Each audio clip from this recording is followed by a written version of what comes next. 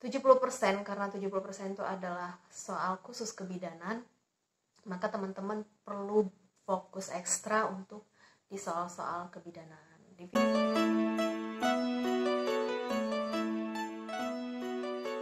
Jangan lupa like dan subscribe-nya. Halo semuanya, jumpa lagi bersama saya. Di video kali ini kita akan membahas tentang persiapan CPNS SKB Kebidanan. Sebelumnya saya ucapkan selamat buat teman-teman yang sudah mengikuti tes SKD. Apapun itu hasilnya, semoga itu adalah yang terbaik ya buat teman-teman semuanya. Dan untuk teman-teman yang lulus passing grade dan sembari menunggu hasil pengumuman SKD-nya, tetap semangat untuk mempersiapkan SKB-nya.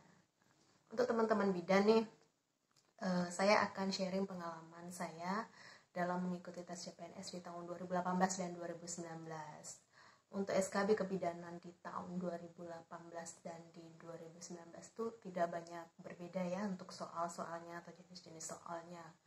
Hanya mungkin yang berbeda itu adalah di SKB kesehatan umumnya saja, karena mengikuti program-program terbaru di pemerintahan yang terkait dengan kesehatan.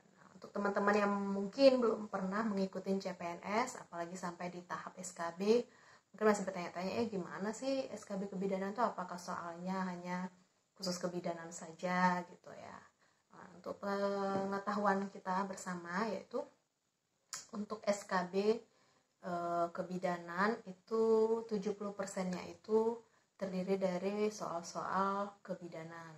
Yang 30%-nya itu biasanya terdiri dari soal-soal kesehatan secara umum. Nah, soal-soal kesehatan secara umum ini bisa juga keluar di formasi kesehatan yang lain. Contohnya di formasi kedokteran, formasi keperawatan, formasi apoteker atau farmasi. Itu biasanya juga keluar karena dia sifatnya adalah kesehatan umum. Nah, 70%, karena 70% itu adalah soal khusus kebidanan, maka teman-teman perlu fokus ekstra untuk di soal-soal kebidanan. Di video selanjutnya kita akan berlatih bersama-sama contoh-contoh soal untuk SKB khusus kebidanan.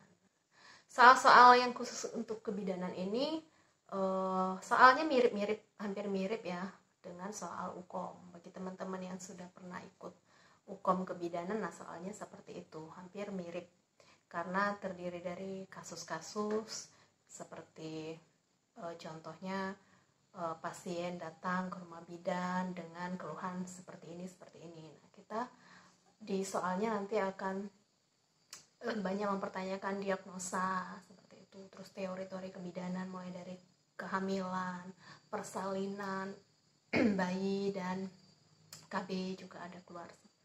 Lalu untuk SKB kesehatan umumnya biasanya yang terdiri dari, kalau yang di tahun 2018 itu kebijakan-kebijakan program yang terbaru.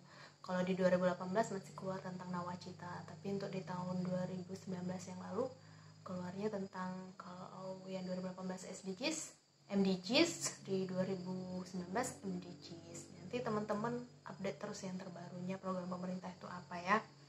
Terus itu RPJMN itu keluar.